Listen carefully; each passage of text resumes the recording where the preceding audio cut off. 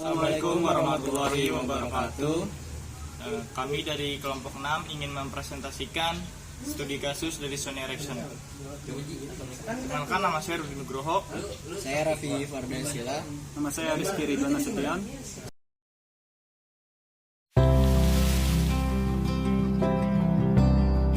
Pada awal tahun 2020, Sony resmi menutup laman Sony Mobile milik mereka.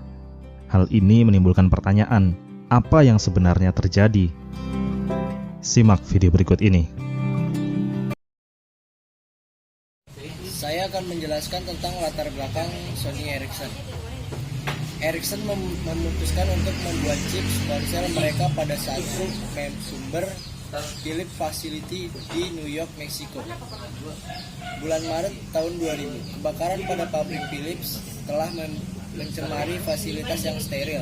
Keadaan tersebut membuat produksi ponsel Ericsson dan Nokia yang juga merupakan konsumen dari fasilitas tersebut menjadi tertunda ketika menjadi jelas bahwa produksi akan benar-benar terpaksa dikompromikan untuk beberapa bulan. Ericsson telah dihadapi masalah serius. Masalah Nokia tidak terlalu serius karena telah membangun sumber alternatif produksi chip mereka, tetapi Ericsson posisinya jauh lebih buruk karena kedua perusahaan ini tengah memproduksi ponsel baru dengan tanggal peluncuran yang semakin dekat. Jelas akibat kebakaran tersebut, Ericsson merugikan yang sangat besar. Ketidakmampuan Ericsson dalam memproduksi ponsel murah seperti punya Nokia turut memperparah keadaan ini. Untuk mengurangi kerugian, Ericsson berpikir untuk merger dengan perusahaan Asia yang dapat menghasilkan biaya yang lebih rendah untuk produksi handset.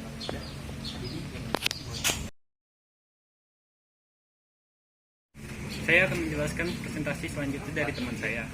Yang pertama adalah Sony. Sony adalah permainan yang marginal di pasar ponsel di seluruh dunia dengan presentasi penjualan kurang dari 1% pada tahun 2000, yang juga mengalami kerugian pada kawasan ini, tetapi juga ingin lebih fokus pada pasar dunia.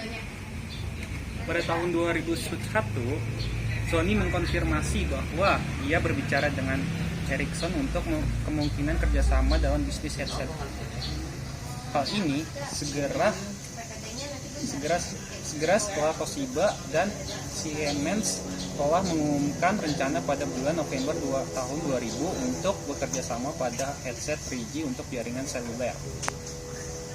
Agustus 2001, dunia perusahaan telah menyelesaikan syarat-syarat penggabungan yang diumumkan pada bulan April. Sony Ericsson memiliki tenaga kerja awal 3.500 karyawan. Strategi Sony Ericsson. Selanjutnya ada strategi Sony Ericsson adalah merilis model baru berkemampuan fotografi digital serta kemampuan multimedia lain seperti mendownload dan melihat klip video, dan kemampuan manajemen informasi pribadi. Untuk itu, Sony Ericsson merilis beberapa model yang telah memiliki kamera digital terintegrasi dan layar berwarna yang pada saat itu merupakan suatu yang paling baru. P800 yang memiliki kamera digital terintegrasi dan berkarakter PDA.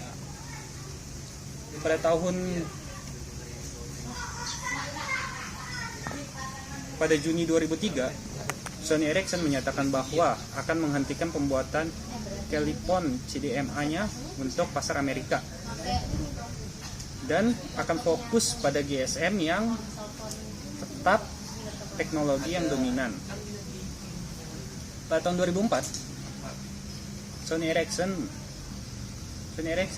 pasar sahamnya meningkat dari 5,6% pada kuartal pertama hingga 7% di kuartal kedua.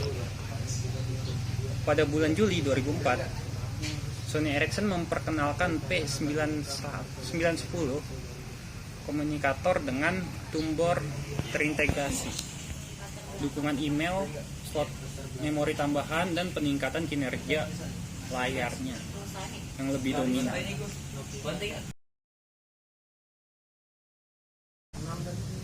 Ya, saya akan melanjutkan presentasi dari teman saya yang tadi.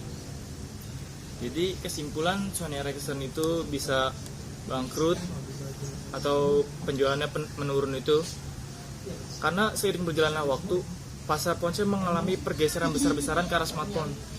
Jadi saat itu Sony Ericsson belum bersistem Android, masih kayak CDMA hanya untuk telepon biasa dan SMS.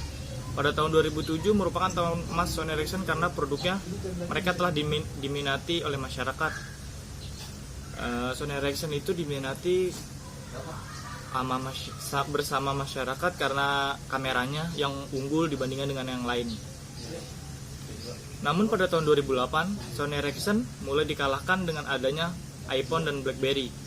Pada zaman tahun 2008 itu BlackBerry itu sedang gencar-gencara melakukan promosi karena adanya aplikasi yang bernama BlackBerry Messenger. Itu sangat digemari pada tahun 2008. Oleh karena itu Sony Ericsson mengalami penurunan yang cukup drastis. Hingga pada tahun 2009, Sony Ericsson mengalami banyak kerugian. Salah satu faktor menyebabkan kedua vendor ini berpisah adalah kalah saing dengan adanya Android.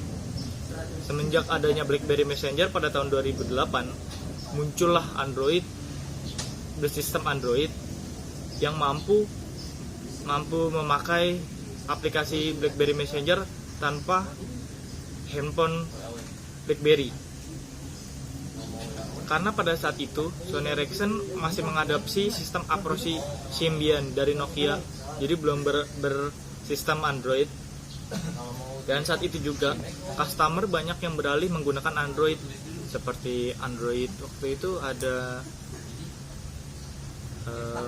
Huawei, ada smartfren. Pada itu sangat gencar-gencarnya melakukan pemasaran, dan yang paling banyak yang dipakai Android yaitu Samsung. Dan saat itu juga customer banyak yang beralih menggunakan vendor Samsung. Hal inilah merupakan awal dari kegagalan Sony Ericsson.